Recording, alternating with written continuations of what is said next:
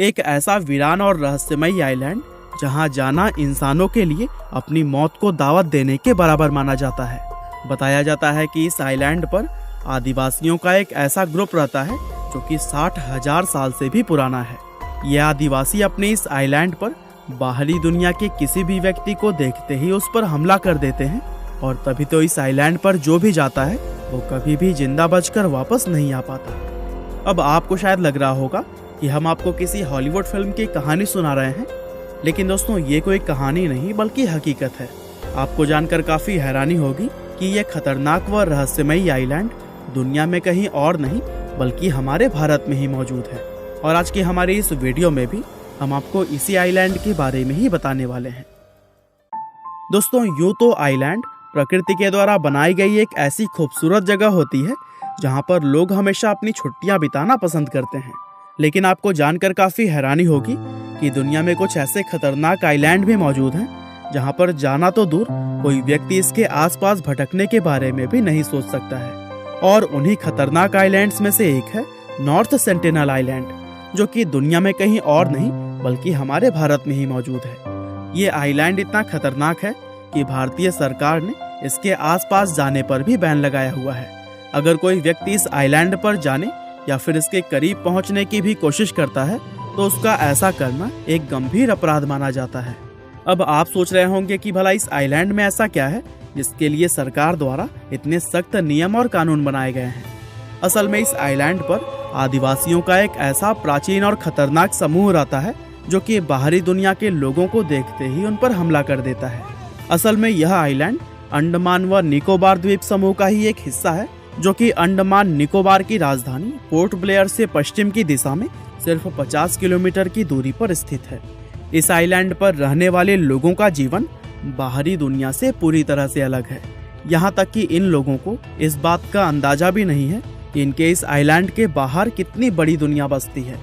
आपको जानकर हैरानी होगी कि इस आइलैंड पर ये आदिवासी अभी भी उसी तरह से जीवन जीते हैं जैसे कि दुनिया भर के इंसान आज से हजारों साल पहले जीते थे।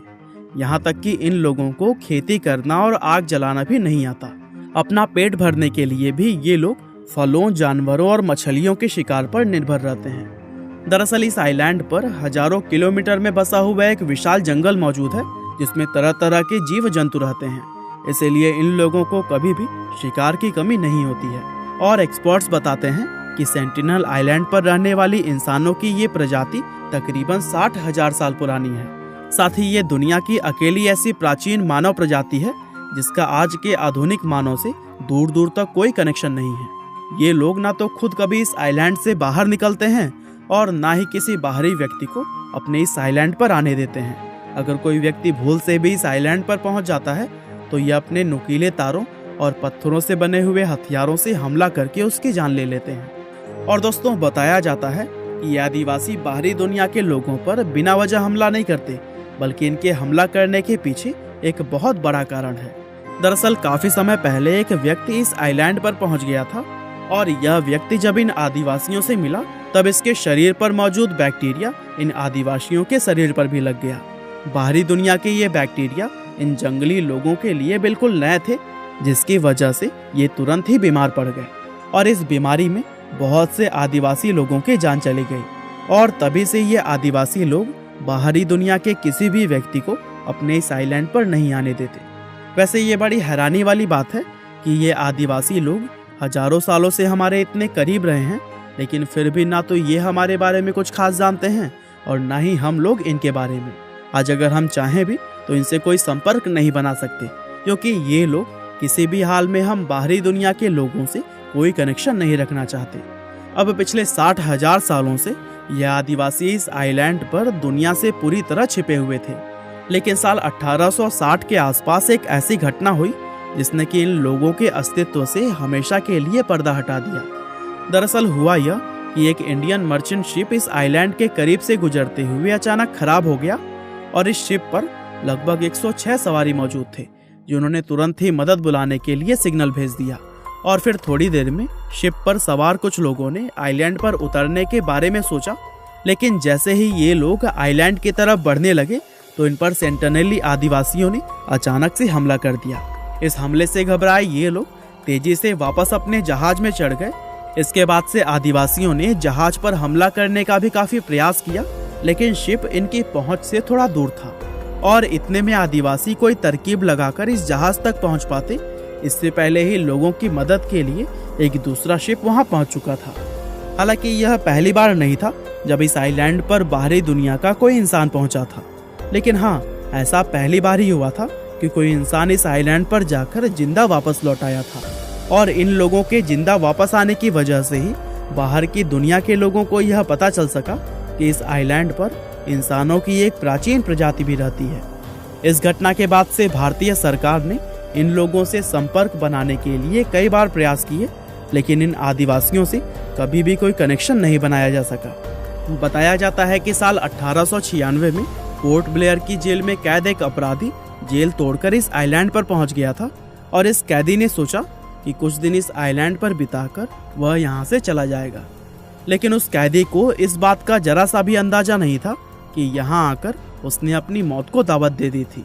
सेंटिनली आदिवासियों को जैसे ही इस व्यक्ति के आइलैंड पर होने के बारे में पता चला, वो इस पर बुरी तरह से टूट पड़े और अपने नुकीले तारों से हमला करके कुछ ही पलों में उसको मौत की नींद सुला दिया।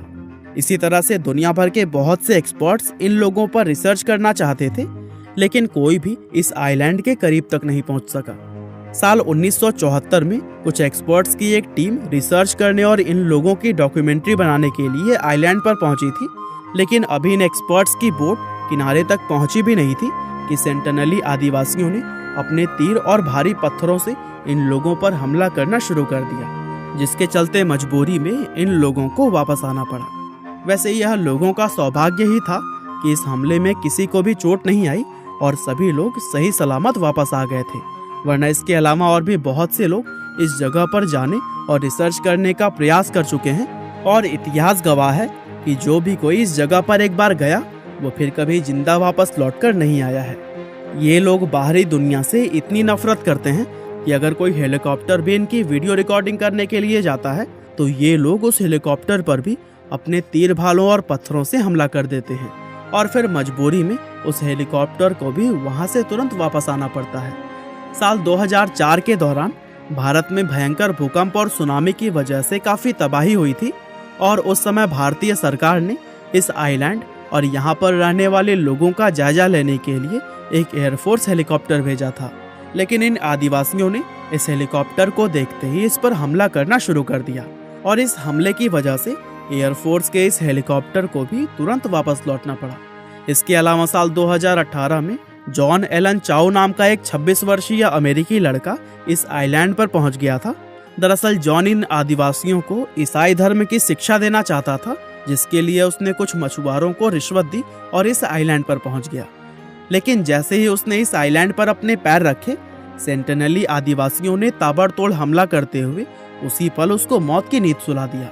और दोस्तों, इन सभी घटनाओं को देखते हुए ही भारतीय सरकार ने इस आइलैंड पर जाना पूरी तरह से बैन किया हुआ है।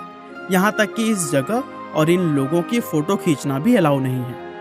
वैसे देखा जाए तो भारतीय सरकार ने इस एरिया को इसलिए बैन नहीं किया है क्योंकि वो हम लोगों को इन आदिवासियों से बचाना चाहती है, बल्कि इस एरिया को इसलिए बैन किया गया है ताकि ये आदिवासी हम बाहर के लोगों से सुरक्षित रह सकें। दरअसल बाहर के किसी व्यक्ति के इस आइलैंड पर जाने से इन आदिवासियों को कोई बीमारी फैल सकती है और सरकार ये बिल्कुल नहीं चाहती है कि किसी बीमारी के चलते इतनी प्राचीन इंसानी प्रजाति खत्म हो जाए। ऐसे में यह कहना गलत नहीं होगा कि इस जगह को बैन करके सरकार असल में इन आदिवासियों की ही रक्षा कर रही है। तो दोस्तों, यह थी कहानी नॉर्थ सेंटिनल आइलैंड की। वैसे अगर आप 5 ऐसे आविष्कारों के बारे में जानना चाहते हैं जो कि दुनिया बदल सकते थे लेकिन वो हमसे छुपाए गए, तो फिर इस वीडियो को आप डिस्क्रिप्शन और कमेंट में पिन्ड लिंक से भी देख सकते हैं। आपका बहुमूल्य समय देने के लिए बहुत बहुत धन्यवाद।